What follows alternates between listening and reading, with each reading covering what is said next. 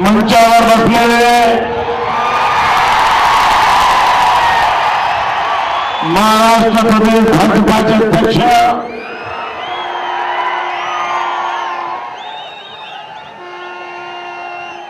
श्री देवेंद्र फडणवीस, श्री रामदास आठवले जी, Bharatiya Janata party के प्रत्याशी श्री दिलीप गांधी, पड़ोस में लोकसभा क्षेत्र के प्रत्याशी श्री सदाशिव लोखंडे, मंचावर बसलेले सगळे वरिष्ठ नेतेगण,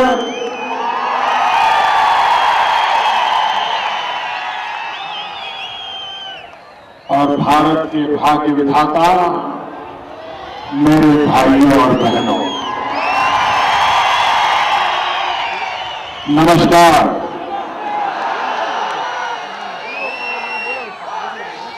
अहमदनगर या ऐतिहासिक व साधू संतांच्या नगरीत उपस्थित सर्व मतदार बंधू भगिनींना, या विराट भारत विजय रॅलीमध्ये आपणा सर्वांचे मी मनःपूर्वक स्वागत करतो, नमस्कार करतो।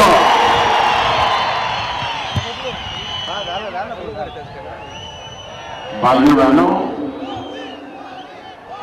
मुझे चिंता सता रही है। इन दिनों मुझे बहुत चिंता सता रही है। मैं सोच रहा हूं ये कांग्रेस वालों का, एनसीपी वाले कहीं बीमार तो नहीं हो जाएंगे।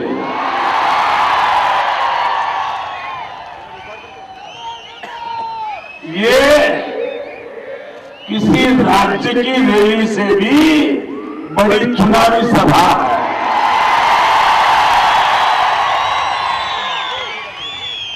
ऐसा पूरा केसरिया महासागर मेरे सामने है। अहमदनगर में ऐसी सभा पहले हुई है कभी? ये मुझे खुश करने के लिए कह रहे हो क्या? नहीं हुई? पक्का? फिर तो हवा का रुख पक्का।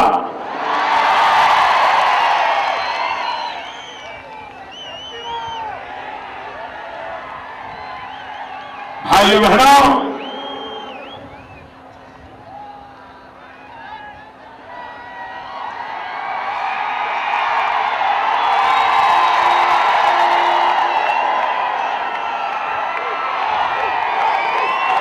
आपकी तकलीफ का मुझे पूरा पता चल जाता है, मैंने व्यवस्था कर दी।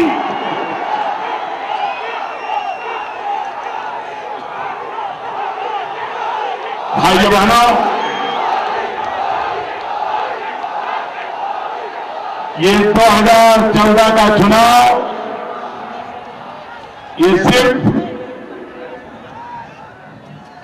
दिल्ली में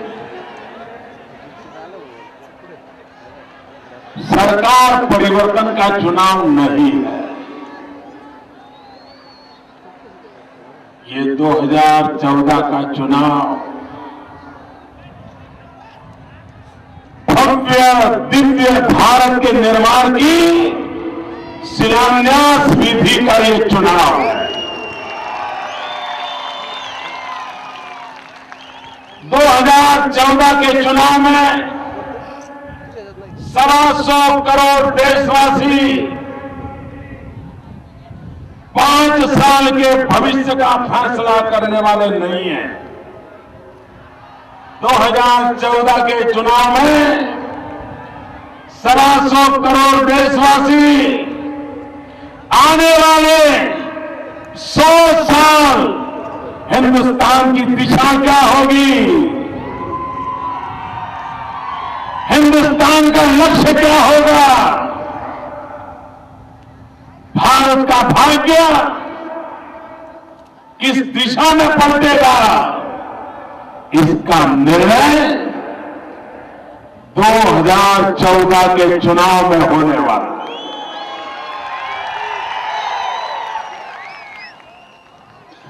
पहली बार देश में एक नई राजनीतिक संस्कृति, एक नई राजनीतिक कार्यशैली, एक नई राजनीतिक परंपरा, एक नई राजनीतिक विचारधारा देश के भविष्य को दिशा देने वाली है। ये 2014 का चुनाव ऐसा है, पहली बार बहुत बड़ी मात्रा में उसका नेतृत्व वे लोग करने वाले हैं जिनका जन्म आजादी के बाद हुआ है। भाइयों बहनों, अनेक प्रकार से ये चुनाव अनोखा है, अलग है, और इसलिए जो भी इस चुनाव में हिस्सेदार होगा, जो मतदान करेगा, वो आज से 50 साल के बाद भी अगर वो जीवित होगा तो अपने बच्चों को बताएगा कि मैंने 2014 के चुनाव में देश में परिवर्तन लाने में मेरा भी हिस्सा था और उसका परिणाम है देश में बदलाव आया। भाई बहनों, सामान्य रूप से चुनाव आक्रोश के होते हैं, नफरत के होते हैं, सरकार के प्रति अपनी नाराजगी व्यक्त करने के होते हैं। लेकिन ये 2014 का चुनाव नाराजगी भी है, गुस्सा भी है, रोष भी है, पीड़ा भी है, सब कुछ है। लेकिन ये चुनाव नई आशा का चुनाव है, नए उमंग का चुनाव है, एक नए भरोसे का चुनाव है, एक नई होप लेकर के आया है। और भाई बहनों, एक प्रकार से चुनाव पूरी तरह रचनात्मक चुनाव है, कंस्ट्रक्टिव चुनाव है। ये चुनाव सिर्फ डिस्ट्रक्टिव नहीं है। लोग एक सरकार को गिराने वाले हैं, लेकिन मजबूत सरकार की नींव रखने वाले हैं। और उस अर्थ में भाइयों, ये विशेष चुनाव है, और इस विशेष चुनाव में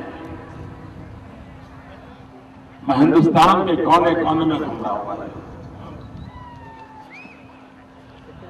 कश्मीर से कन्याकुमारी, अटक से कटर, पूरे देश में भ्रमण करता हूं। और कल तो मैंने 3D के माध्यम से, आधुनिक टेक्नोलॉजी के माध्यम से हिंदुस्तान में करीब 100 जगह पर एक साथ सभा की। ये भी एक चुनाव की बहुत बड़ी घटना माना जाएगा। आप क्या थी? पारनेर में थी, यहां से 50 किलोमीटर दूरी पर। लोगों के लिए आश्चर्य है कि चुनाव में लोक शिक्षा के लिए टेक्नोलॉजी का ऐसा अद्भुत उपयोग भारत जैसा बैकवर्ड कंट्री कर सकता है। भाई बहनों, 20, 22, 25, 27 साल के नौजवानों ने इस पूरे कार्य की योजना की, पूरी टेक्नोलॉजी को उन्होंने लगाया और अब तक दुनिया के किसी देश ने ऐसा नहीं किया है। भारत के 22-25 साल के लड़कों ने करके दिखाया है। ये ताकत मेरे देश के जवानों में है, ये ताकत मेरे देश की युवा पीढ़ी में है। और मैं जब 100 साल के भविष्य का नींव की बात करता हूं ना, तो मोदी के लिए नहीं कह रहा हूं, देश के 70 करोड़ नौजवानों के बलबूते पर कह रहा हूं मित्रों। ये 70 करोड़ नौजवान, इनके पास भेजा भी है, बुझा भी है। इनके भरोसे भव्य दिव्य भारत का निर्माण होने वाला है। भाइयों बहनों, आज देश की सरकार पर रत्ती भर किसी का भरोसा नहीं। आपको भरोसा है? आप मुझे बताइए, भरोसा है? आप खेती के लिए बीज लाएंगे बाजार से, तो 10 लोगों को पूछते हो नहीं यार सही बीज है कि नहीं है? पूछते हो कि नहीं हो? आपको भरोसा होता है? नहीं होता है ना। आप खेती में दवाई लाते हो, फर्टिलाइजर में दवाई उपयोग करने के लिए, आपको दवाई को भी 10 बार चेक करते हो ना। आपको भरोसा है? अरे आप अपने साथी को एसएमएस करते हो, फिर फोन करके पूछते हो मेरा एसएमएस मिला? क्यों? भरोसा नहीं है।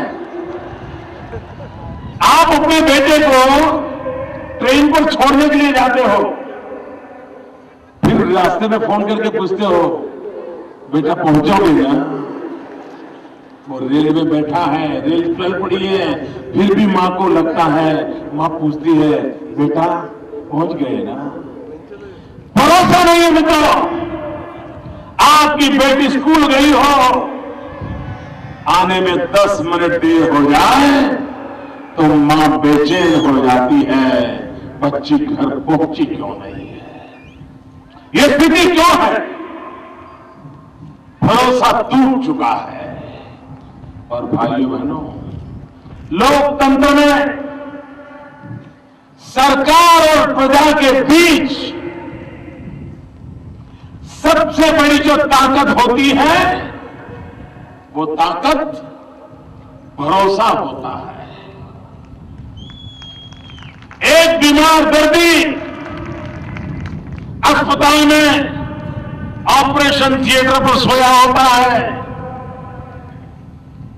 वो चैन से इसलिए सोया है कि जो डॉक्टर ऑपरेशन करने वाला है, शरीर काटने वाला है, खून निकलने वाला है, जीवन और मृत्यु का जंग चलने वाला है, फिर भी उसको भरोसा है ये डॉक्टर के हाथ में मेरी जिंदगी सलामत है। जैसे एक दर्दी को डॉक्टर के प्रति भरोसा होता है, वैसा ही भरोसा जनता जनार्दन का सरकार के लिए होना चाहिए। आप मुझे बताइए, आज कहीं रत्ती भर भरोसा है आपको? मुझे आखिर तक से आवाज आनी चाहिए।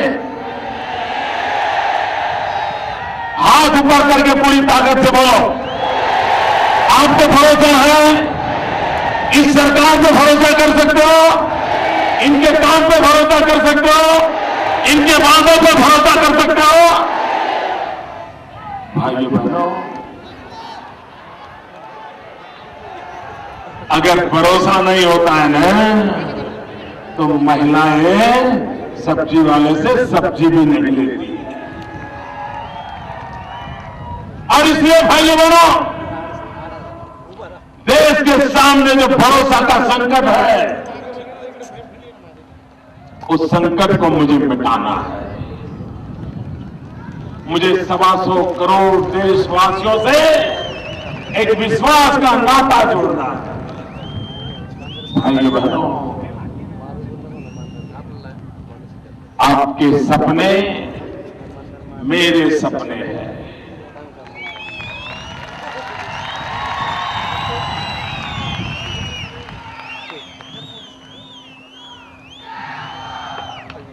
दो 2004 से मैडम सोनिया जी की सरकार है।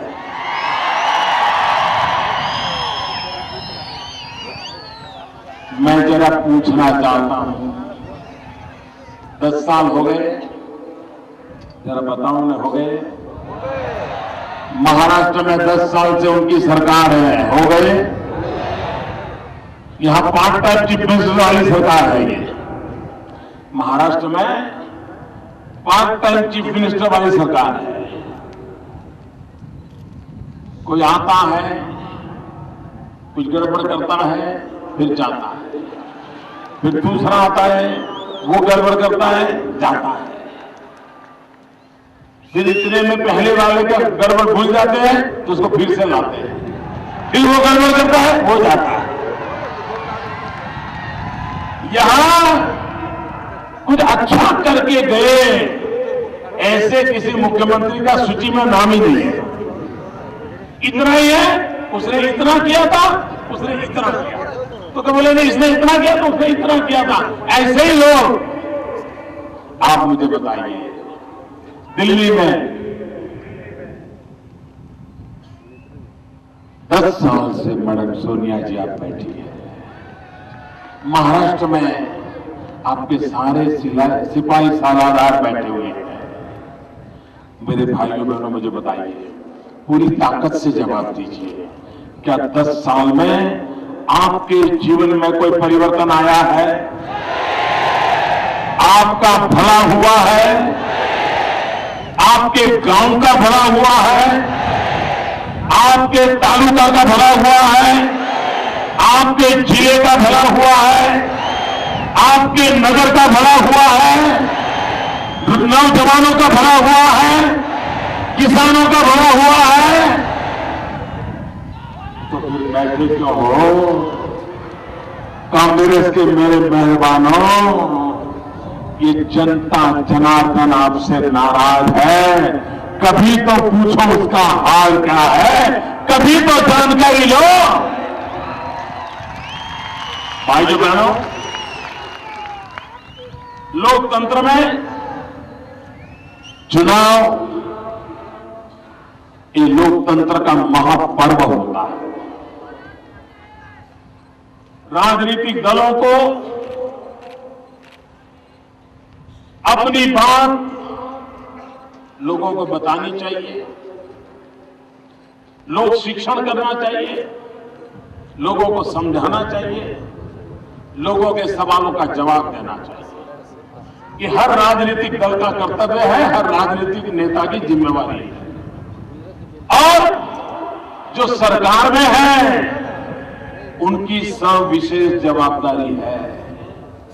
अगर चुनाव दिल्ली सरकार के लिए है तो जो दिल्ली सरकार में बैठे हैं उन्होंने अपने काम का हिसाब देना चाहिए।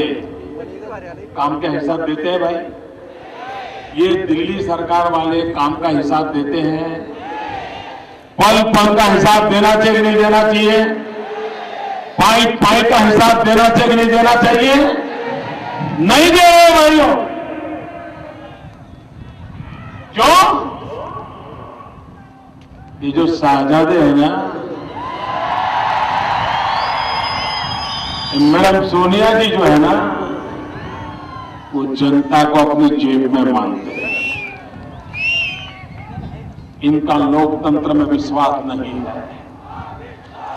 वे जनता को अपने आप को जवाबदेह नहीं मानते हैं और इसलिए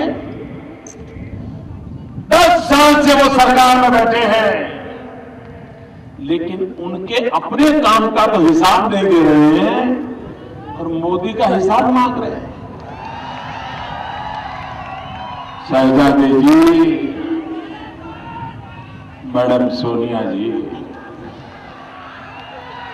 मैंने 2012 दिसंबर में गुजरात में जब चुनाव हुए, मेरे काम का पूरा हिसाब लोगों को दे चुका हूं।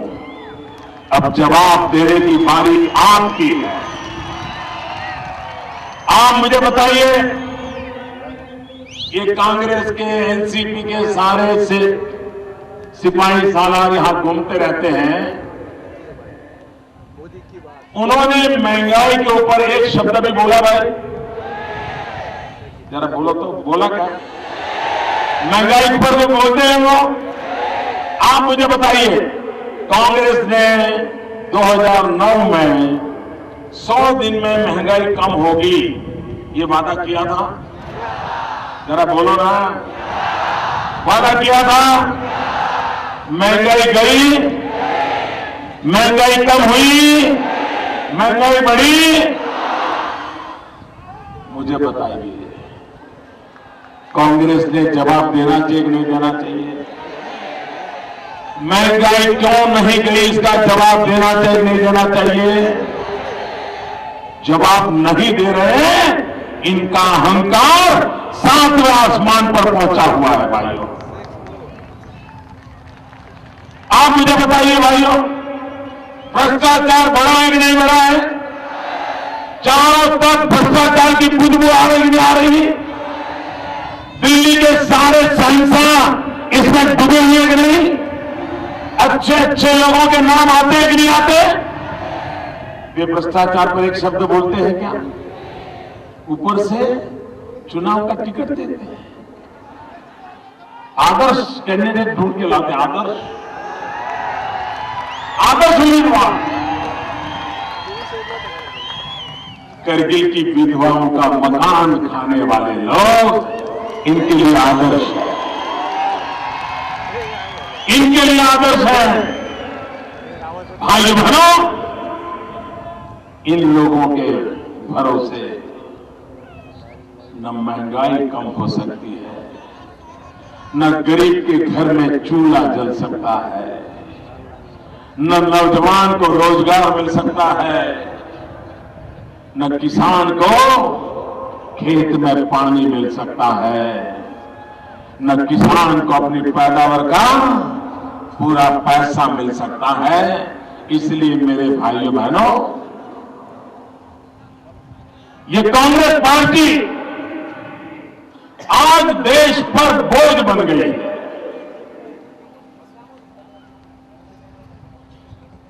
आप मुझे बताइए, अगर आपके यहां खेत में मजदूर की जरूरत हो, यहां खेती में मजदूरी करने वाला क्या कहते हैं? शत मजदूर। हाँ, शत मजदूर, ठीक है। आपको मैं आ जाऊं आपके पास और आप मुझे काम पे रख लें। शुरू में हफ्ते पर देखें, महीने पर रखें, और आप देखें कि यार ये तो कुछ करता ही नहीं है, बैठा रहता है। आप मुझे बताइए, आज मुझे रखोगे कि निकाल दोगे? मुझे सच्चा बताओ, रखोगे कि निकाल दोगे? आप मुझे तभी रखोगे कि काम करूं तो? अगर एक नौकर काम नहीं करता, नहीं रखते हो, तो इतनी बड़ी सरकार कुछ न करे तो कैसे रखोगे?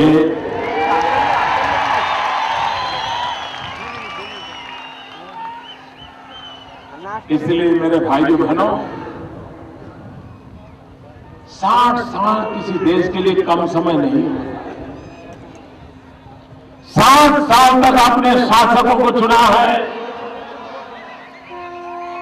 60 साल तक आपने शासकों को चुना है। अब देश को शासकों की जरूरत नहीं है, देश को शासकों की जरूरत नहीं है, देश को सेवक की जरूरत है। मेरे भाइयों बहनों, सेवक की जरूरत है। मैं आपसे प्रार्थना करने आया हूं, आपने 7 साल सेवक चुने हैं, 7 साल तक शासक चुने हैं, शासक 7 महीने के लिए इस सेवक को सेवा करने का मौका है।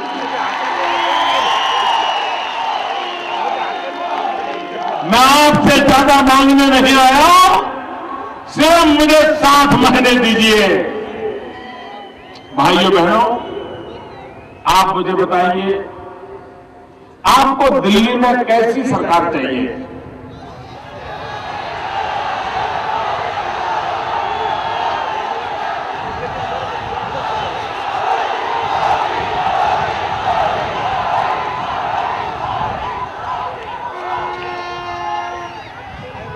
आपको दिल्ली में कैसी सरकार चाहिए? कैसी सरकार चाहिए? अरे मेरे भाइयों बहनों,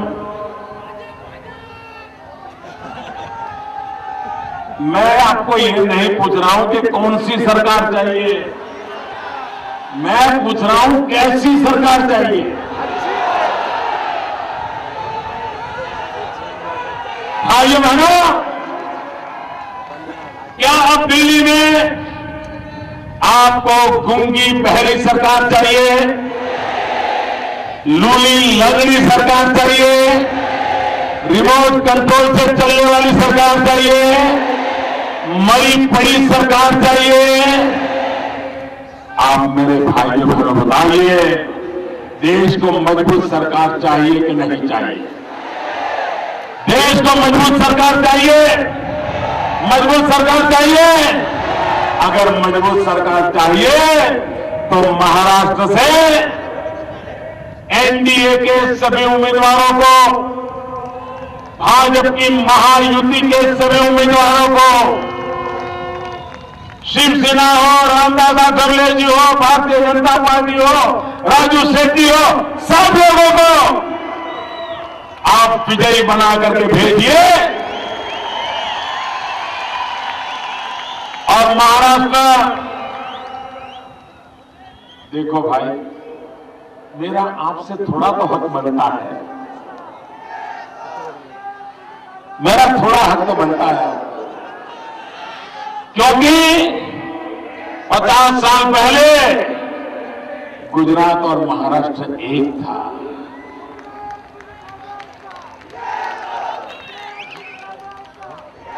50 साल पहले गुजरात और महाराष्ट्र अलग हुआ।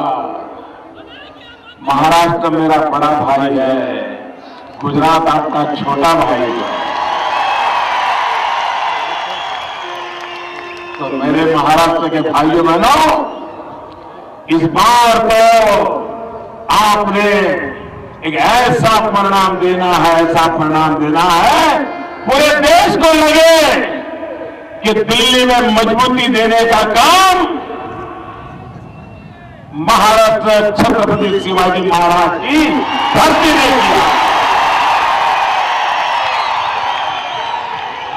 जिस धरती पे लोकमान्य तिलक ने स्वराज्य मेरा जन्मसिद्ध अधिकार है, ये नारा बुलंद किया था, वही मेरे महाराष्ट्र की धरती स्वराज्य मेरा अधिकार है, इस नारे को बुलंद करे, इसलिए मैं आज आपके पास आया।